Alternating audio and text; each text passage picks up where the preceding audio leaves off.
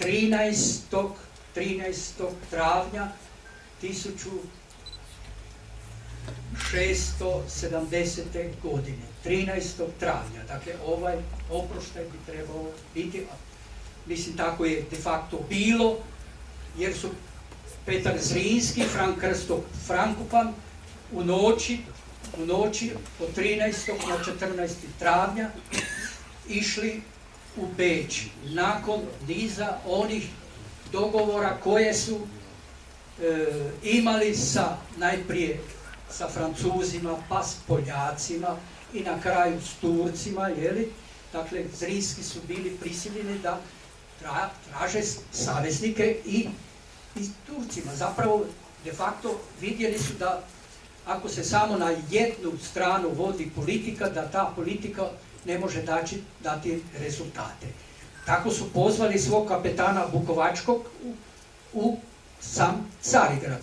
I na početku se mislilo da je ta misija bila vrlo uspješna. Međutim, što je bilo? Bečki dvor je na samom turskom dvoru, na porti, imao svoje konfidente. Pa su tako oni prevoditelji koji su prevodili one poruke koje je Bukovački donio tamo, odmah bile plasirane u veleposlanstvu u Carigrada, a od toga je odmah sve otišlo i u Beč. Dakle, tako se vodila, Hrvati, ja sam to i napisao, Hrvati su imali srca i uma da se bore sabljom protiv Turaka. Ali kad su došli u poziciju da se bore i na diplomatskom polju sa Zapadom, onda su počeli gubiti. Jer su ih ovi okružili. I tako je zapravo ta posljednja nada koju je Petar i Frankopan su imali zapravo propala. To je bilo, kada je to bilo? To je bilo već u ožujku mjesecu 70. godine, ožujak mjesec. Frankopan je skupio malu postrojbu i došao je u sam Zagreb i dizao ustanak i tako dalje. Međutim, Beč je sve znao, pa su carski generali zapravo njegovu vojsku brzo potjerali. Sada hoću reći, drugog dana od 13. travnja, general Špankau zauzeo je Zrinski grad u Čakovcu, zauzeo je, Katarina se pokazala kao velikodušna, otvorila je grad, i oni su ušli bez i jednog strela, bez prolijevanja krvi, ušli su u Zrinski grad Čakovec, koji je u ono doba mogao na noge postaviti oko 2000 do 2500 ljudi. Dakle, tu je bilo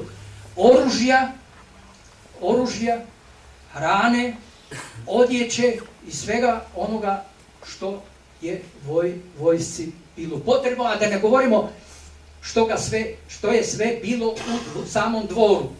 Postoji podatak, ja sam ga objavio, koji je ostao da je sam car Leopold dao nalog da se za njegove potrebe izdvajaju dragocjenosti iz Zrinskog dvora, posebno u Čakovcu, pa posebno u Ozlju i na drugim mjestima. Što to dragocjenosti? Dakle, novac, nakit, dragocjeni tekstil,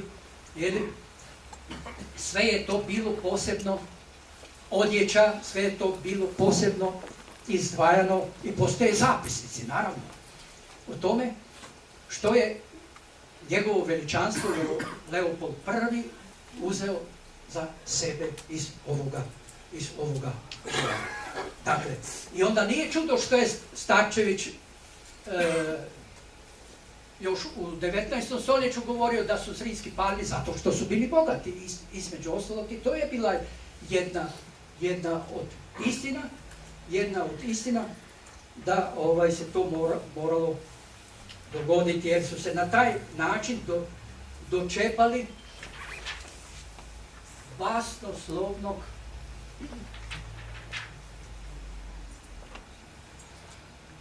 basnoslovnog blaga.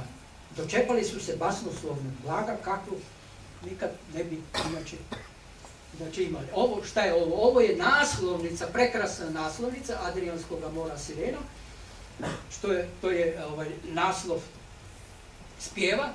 spjeva prevedenog iz mađarskog jezika od spjeva njegovog brata. Da kako tu danas se misli da je tu samo taj spjev, međutim tu su i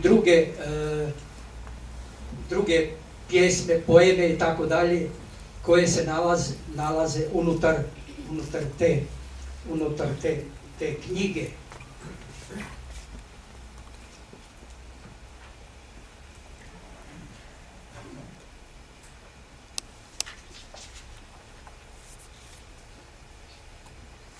Ovo je Novi Zrin. Vidite kakav je to dvorac velepni bio koji je Nikola Zrinski izgradio na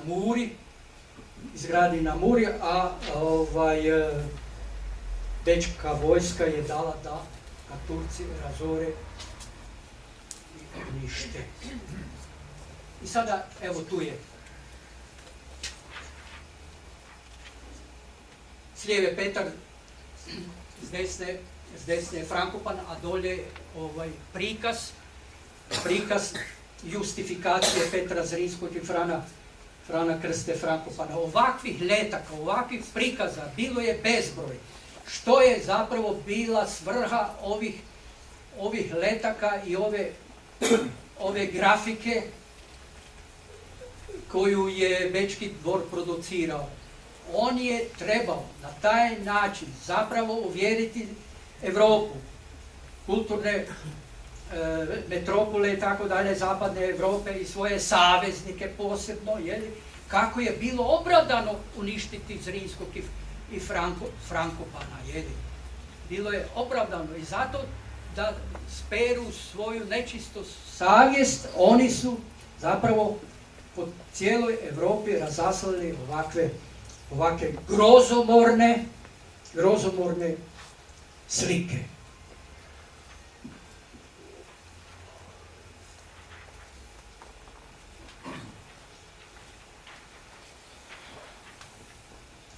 I sad,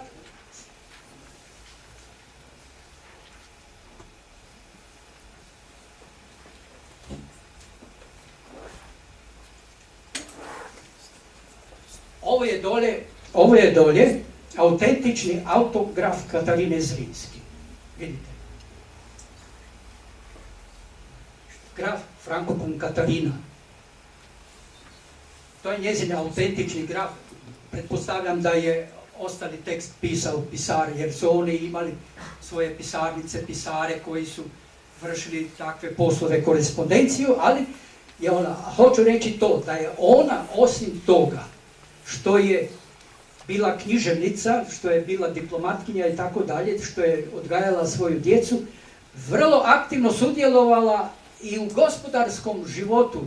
Naime, kao što je poznato, Petar je gotovo neprestano bio u ratovima, u bitkama i tako dalje, a ona je veliki dio tih gospodarskih pitanja rješavala.